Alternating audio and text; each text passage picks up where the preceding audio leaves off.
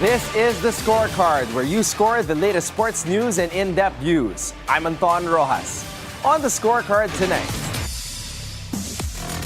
Eala blitzes past Swiss rival in just 68 minutes. Alas Pilipinas stuns Kazakhstan, advances to ABC semifinals. Hidilyn Diaz is back as she bagged silver, proving she's still a force in national weightlifting championships. In Major League Baseball, Walker's bat erupts. Gusto deals as Astros pound White Sox 10-2. In the NBA, the Pacers ignite late as they stun the Thunder to seize a 2-1 NBA Finals edge. And joining us in the studio to break down the Pacers' stunning win is basketball analyst and coach, Sir Enzo Flojo. All the headlines and more on the Scorecard tonight, the 12th of June. Now, here's our roundup. Alex Eala was in no mood to stick around as she demolished Swiss qualifier Valentina Reiser 6-1, 6-2 to power her way into the quarterfinals of the Lexus Ilkley Open in Great Britain. The top-seeded Eala took complete control from the first serve, dictating the tempo and leaving her opponent reeling in a match that lasted just 68 minutes. A blistering display of precision, power, and purpose. This win marked her second victory in 3 encounters against Reiser and perhaps more sweetly served as revenge for her 3-set loss to the Swiss in the W75 PR Nava ITF tournament in Slovakia last March. Eala's path to her breakthrough WTA title remains firmly on track. And next, she'll face off against either local favorite Emily Appleton or Canadian 8th seed Rebecca Marino, who were still battling it out at press time. After a 1-all deadlock early in the first set, Eala shifted into overdrive, racking up 5 straight games to seize the opening frame 6-1. It was a display of pure dominance. In the second set, Reiser tried to stage a fight back, breaking Eala's serve to level things at 2-all. But the Filipina phenom was unfazed, immediately breaking back and never looking back as she rolled to a 6-2 finish. Alex Eala didn't just win, she delivered a powerful statement for the nation.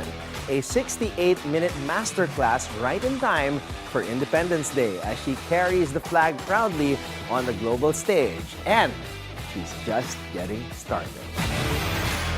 Alas Pilipinas brought the fire, the focus, and the fury, sweeping Kazakhstan to storm into the ABC Nations Cup semis.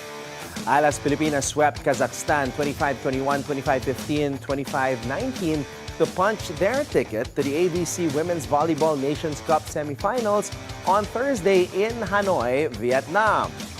The Filipinas got their revenge against last year's semis heartbreakers, unleashing a dominant performance led by Bella Belen, Alyssa Solomon, and Angel Canino.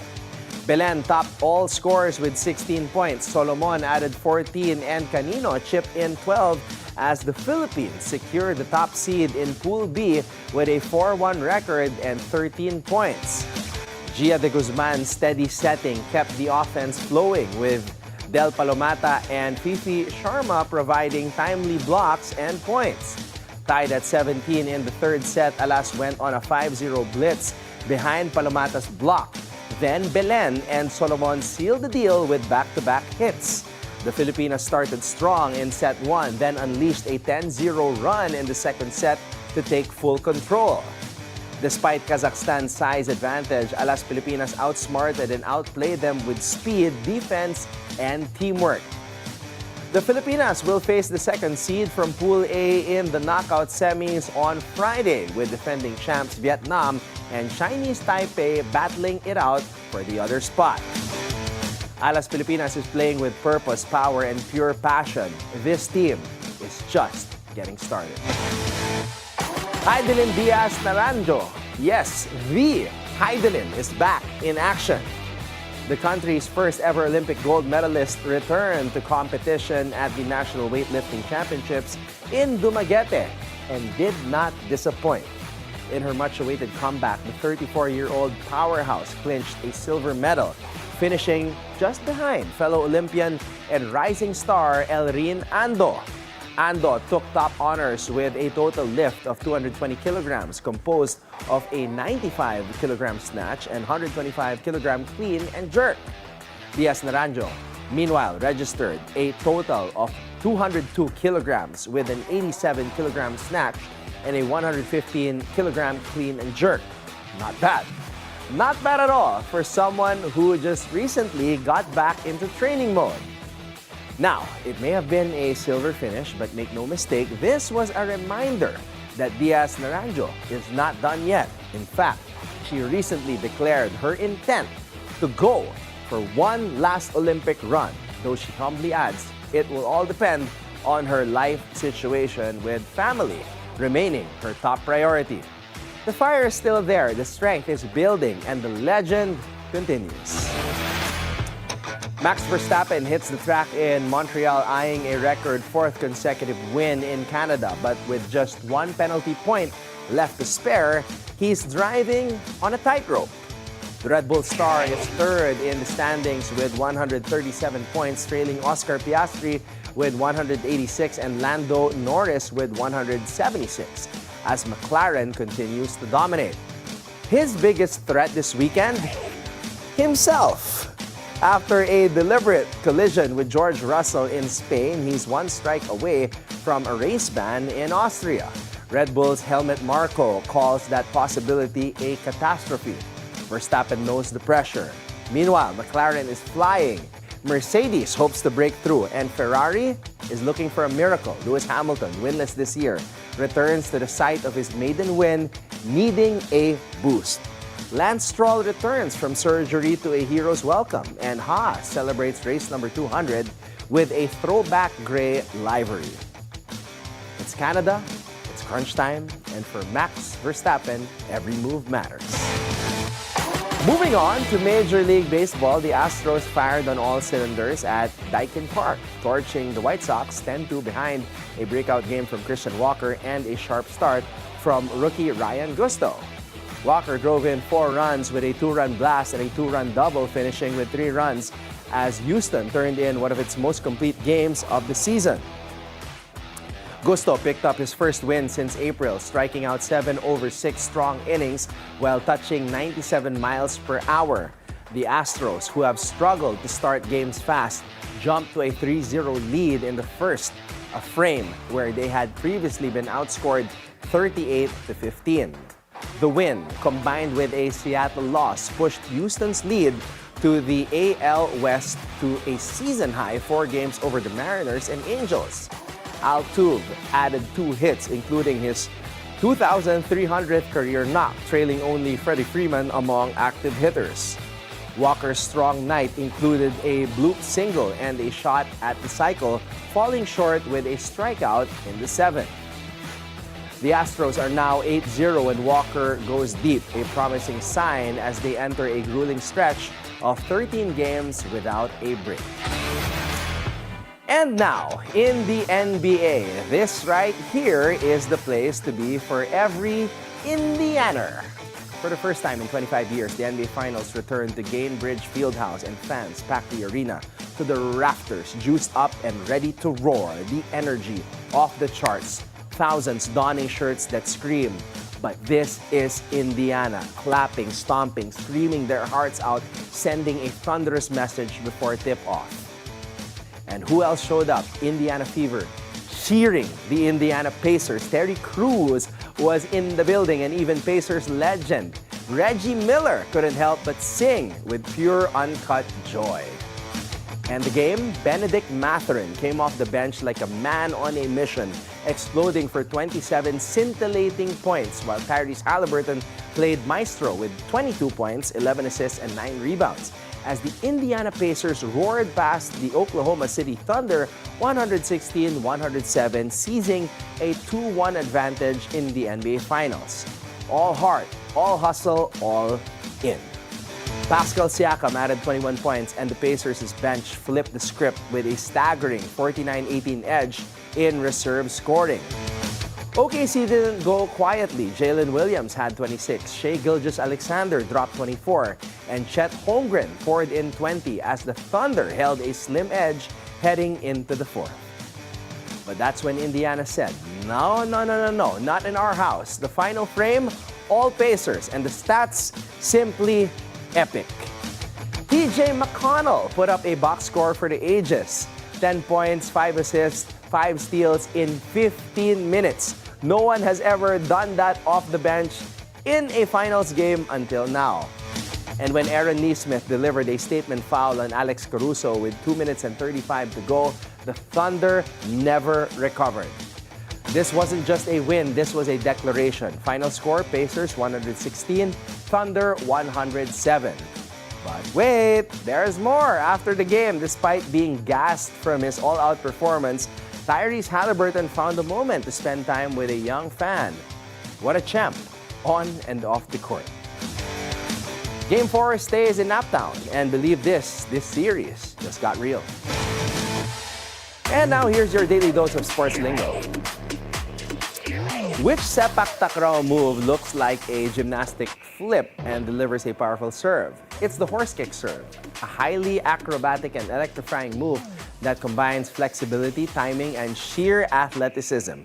A player leaps into the air, arches their back, and executes a backward kick over their head to strike the ball with force and accuracy.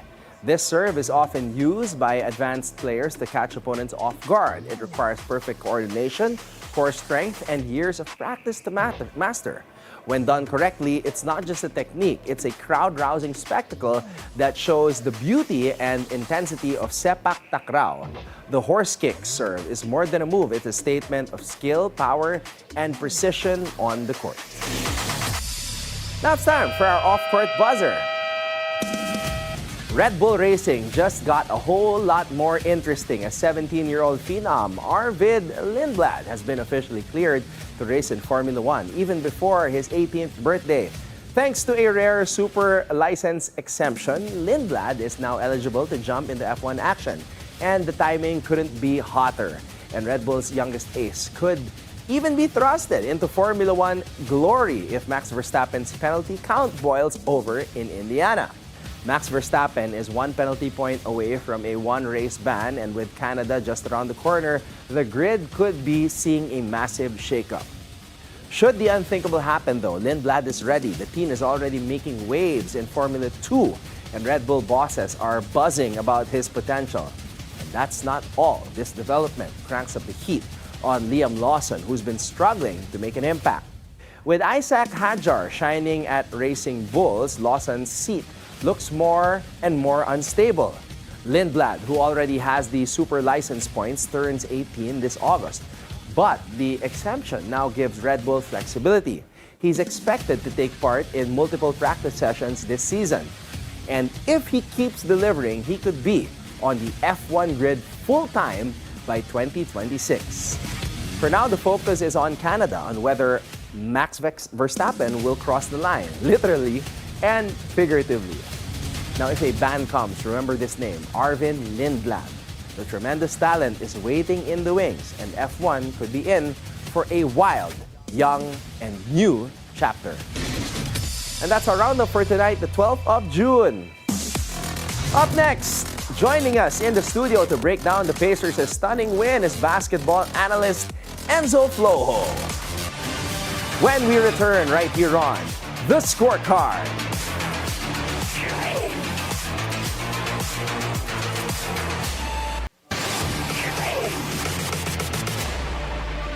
Welcome back to The Scorecard. It's 2-1 and the Pacers have just won again. 116-107 over OKC. A win that definitely made a statement.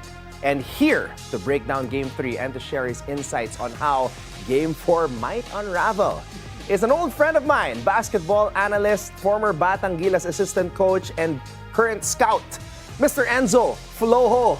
Sir Enzo, thank you so much. What's up, Anton? It's good to see you again. It's good to see you again. It's a familiar feeling as we are about to talk NBA again. But, syempre, baka marami ang nagugulat. Uy, Sir Enzo, nag-guesting ulit. Magkasama ulit sila ni Anton. Just want to get an update. What's been up with you lately, Enzo? Well, like what you said, Ton, I used to do work for Batangilas in the SBP.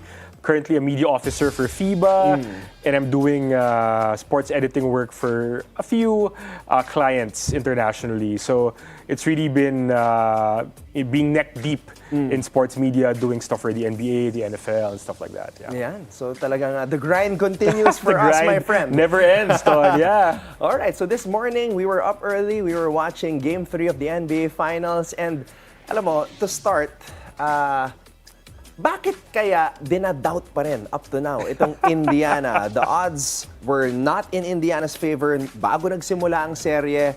Coming into game number 2, OKC, they were 11-point favorites. Yeah. Coming into game 3, OKC 5-point favorites. And then here comes Indiana. Shocking everybody, taking game 2. Your biggest takeaways. Bakit ba dinadoubt itong Indiana? Bakit ganon? No one expected, no, Anton, for Indiana to be here. First of all, they were not even supposed to be in the Eastern Conference Finals. It was supposed to be Cleveland and Boston. People were not surprised with New York. It's a big market team. You got big names like Kat and Jalen Brunson, diba? But nobody really gave any second thought to the Pacers, no? I mean, up until now, nobody thinks. Most people don't think that Haliburton qualifies as a superstar. That's another argument for another day. Yeah. So they've been doubted every single time, and I think that's really fueled this team. No, it's fueled their desire to be able to do well and prove everyone wrong. And so far, they've been able to do that every step of the way. What a lot of people don't realize, Ton, is since the start of 2025, since January 1, if I'm not mistaken, Indiana has had the second best record in the NBA since January 1, 2025. First best record, OKC. Second best since that date, actually, has been the Pacers. So they've built a lot of momentum already heading into this point. Quietly. Quietly. Hindi pinapansin. Yes, okay, yes, it's that's good right. that you brought that up. Because now that you've said that, parang karapat-dapat lamang pala. Oo naman. Nakalaban ng OKC itong Indiana sa finals. Yeah. All right. Now, I've been watching a lot of NBA these past weeks and meron akong kinuhang resibo si Charles Barkley. Di ba, after every game. Maraming resibo si Charles Barkley. Ako, rinesibuhan ko siya. Kasi sinabi niya, there's nobody beating OKC this season. They're gonna beat Denver, they're gonna beat Minnesota, and whoever comes out of the East. Kinunan ko talaga sa TV si Charles Barkley. But this morning, medyo nagba-backtrack si Sir Charles. Nagbabago ng tono. Now he's saying that if this happens, your thoughts with how our analysts in the States and all over the world are changing their minds with what Indiana's doing. Well, I mean, if you ask analysts at the start of the playoffs who'd make it to the NBA Finals, I'm pretty sure nobody. I'm not sure. I don't have receipts though, but I'm pretty sure no big name analysts in the Philippines or abroad would have said the Pacers would come out of the East and meet the Thunder and be 2-1 up on the Thunder. So, I mean, I think Barkley's doubts maybe were warranted, and I think his backtracking is also justified, and that's exactly what the Pacers want to do. They want to disrupt, and that's exactly what they've done. They want to disrupt the status quo and the opinions of people all over, and they did that in Game 1. Coming from behind. Game 2 was a wash for them. But Game 3, when a lot of people, after OKC won Game 2 convincingly, a lot of people, at least a lot of people I know, felt, okay, that's it. Parang Game 1, chamba lang, nananalo ang Pacers, Haliburton, game winner. Okay, fine, we'll give them one game. But no way the Pacers are gonna push this beyond Game 5. And yet, here we are. And the way the Pacers did it in Game 3, Ton, hindi chamba hindi fluke They kind of like methodically were able to not really shut down OKC, but contain them in ways that mattered. And it was enough to get this win.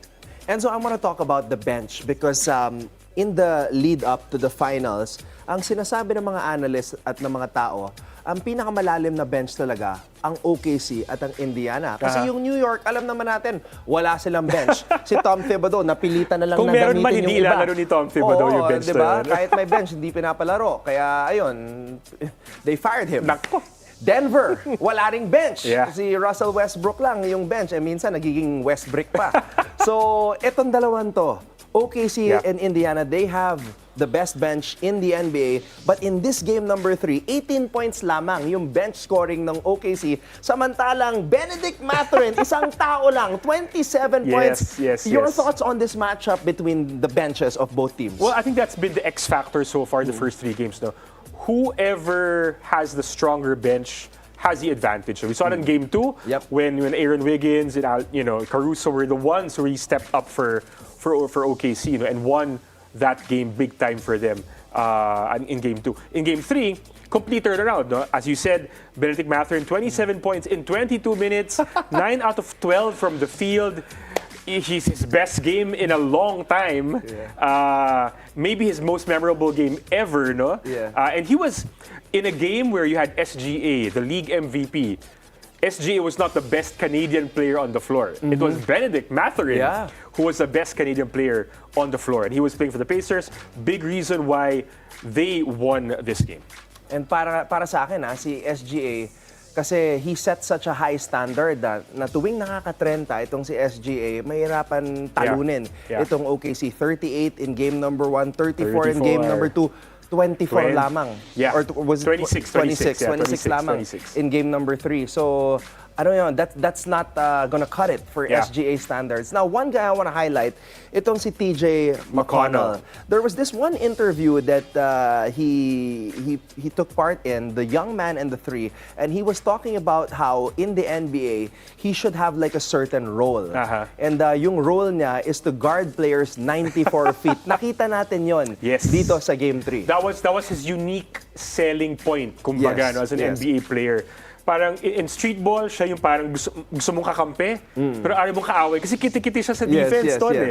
And we saw that earlier today, especially in the second quarter. I think he had 3 steals in that stretch in the second quarter. No? I think there was even one stretch where he was able to assist on a layup, steal the inbounds, and then get a layup as well. No?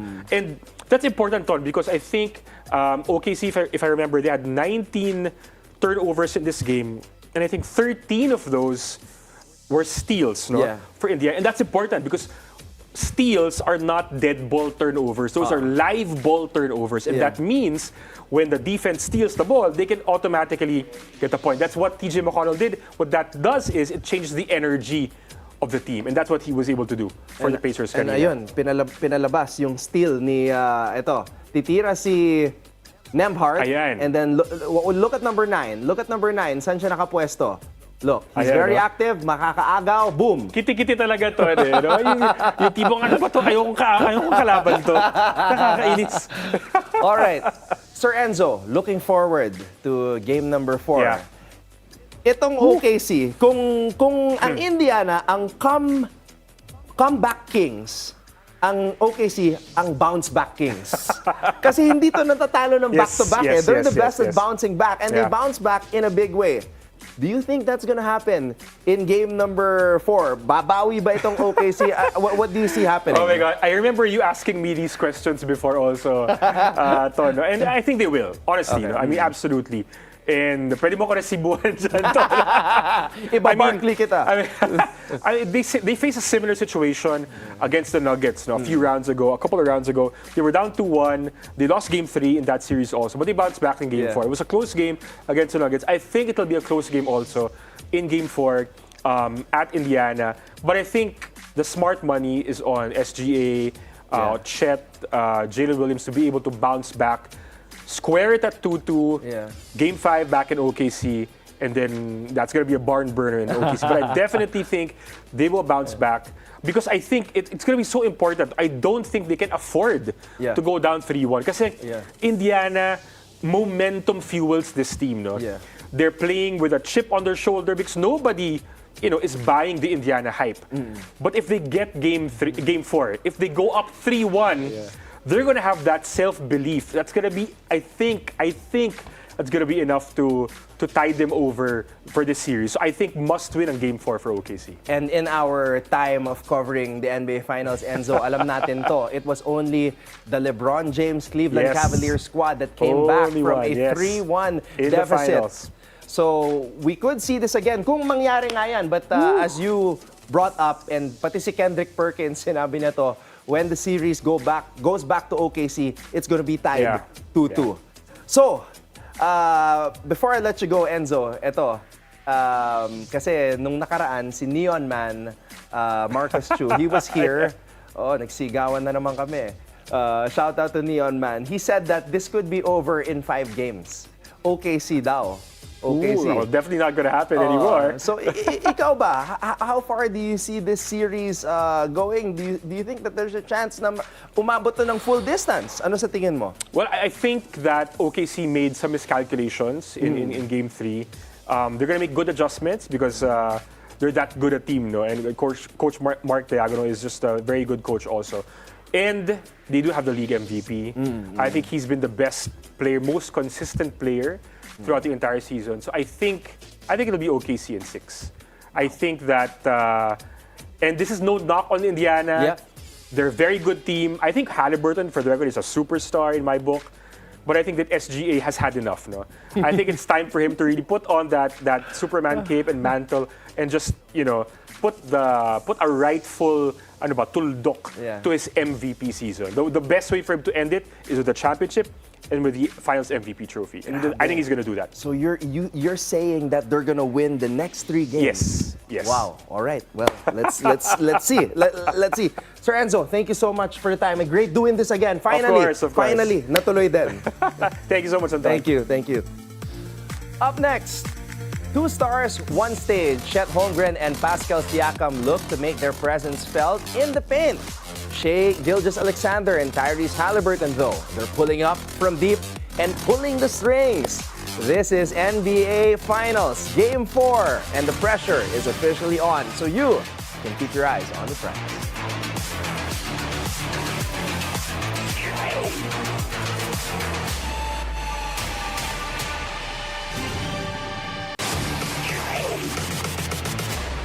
Welcome back to the Scorecard. It's time to keep your eyes on the prize. Here we go again.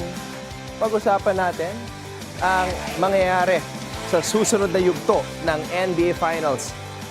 The final chapter this season. Again, the legacy makers, the moment breakers. We've been talking about this. A new champion will rise. The NBA 2025 Finals is here, and every possession is very, very important. Okay, let's get real. Game 4 of the NBA Finals is the swing game. Always has been. If it's 2-1, you either tie the series and make it a sprint to 2 wins, or you go down 3-1 and start Googling. The only team to ever come back from a 3-1 deficit. Sir Enzo and I just talked about it. So you know who that team is. LBJ, Cleveland. Now this one's about role evolution, not just the stars, but the guys orbiting around them. Chet Holmgren, the slender skyscraper. He has been quietly putting together some grown man stretches.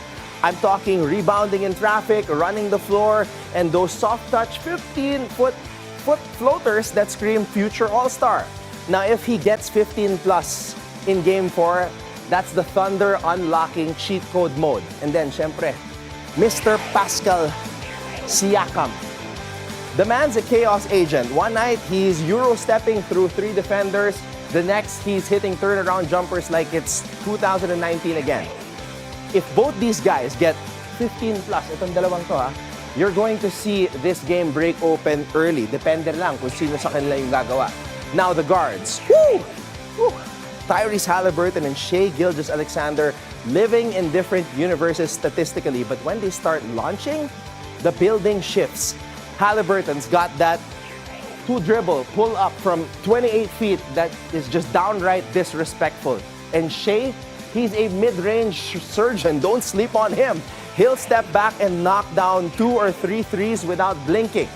Look, if both these dudes hit 2 or more threes each in Game 4, it means the pace has turned into a track meet. And whoever blinks first is going down. Game 4. This is where legends get minted. We've seen it before. Ray Allen in 2013, LeBron and Kyrie in 2016, even Giannis, the Greek freak, in 2021. This, Game 4, is where you make your mark. You don't need a 40-point night. You need a moment. It can be a block, It can be a dagger 3 or just a dominant 6-minute stretch that shifts the whole series narrative. This one's not about who's hotter, okay? Kung mainit tong mga to. But it's about who can adapt faster. Can Indiana throw the first punch? Can OKC keep their composure if they're down double digits early? You want my forecast? Whoever wins the backcourt duel, Shea versus Tyrese, probably will walk away with Game 4 and a real grip on the finals. That wraps up our look ahead to Game 4 of the finals. Just getting started, baby. For one team, the clock is already ticking. So tune in and lock in so you can keep your eyes on the prize. Before we go, think on this. From a 4-time NBA champion, 15-time All-Star, and League MVP, he overwhelmed opponents with his size, agility, and personality. Shaquille O'Neal, Shaq Daddy, once said, "Success don't start on the court. It starts with the mindset. If you can outwork your excuses, you've already won." And with that, thank you for joining us tonight. We'll see you tomorrow on the Scorecard, where sports is our business and business is our sport right here on the Bilyonaryo News Channel. This has been Anton Roxas. Have a blessed evening, everybody. Good night.